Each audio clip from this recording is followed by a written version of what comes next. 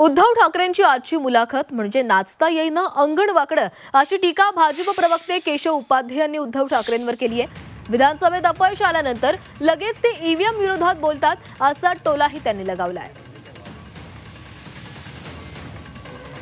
वाऱ्यांचा विषय काढला तर ठाकरे हे वारे नाहीयेत। नाचता येईना अंगण वाकडं या म्हणीचा खरा अर्थ समजून घ्यायचा असेल तर आजची उद्धव ठाकरे यांची सामनातील मुलाखत आपण वाचली पाहिजे, ऐकली पाहिजे। खरं म्हणजे त्यांना नेमकं काय म्हणायचं तेच कळत नाही। गोंधळलेल्या स्थितीमध्ये ती ही पूर्ण मुलाखत आपल्याला पाहायला मिळते। लोकसभा निवडणुकीत त्यांना घवघवीत यश मिळालं त्यावेळी ते निवडणूक आयोगावर शंका घेत नाहीत, मतपत्रिकेची मागणी करत नाहीत, ईव्हीएम बद्दल बोलत नाहीत। पण विधानसभेला अपयश आलं की मग मात्र त्यांना वाटतं की बॅलेट पेपरवर निवडणुका झाल्या पाहिजेत, मतपत्रिकेवर निवडणुका झाल्या पाहिजेत। हा विरोधाभास कशासाठी?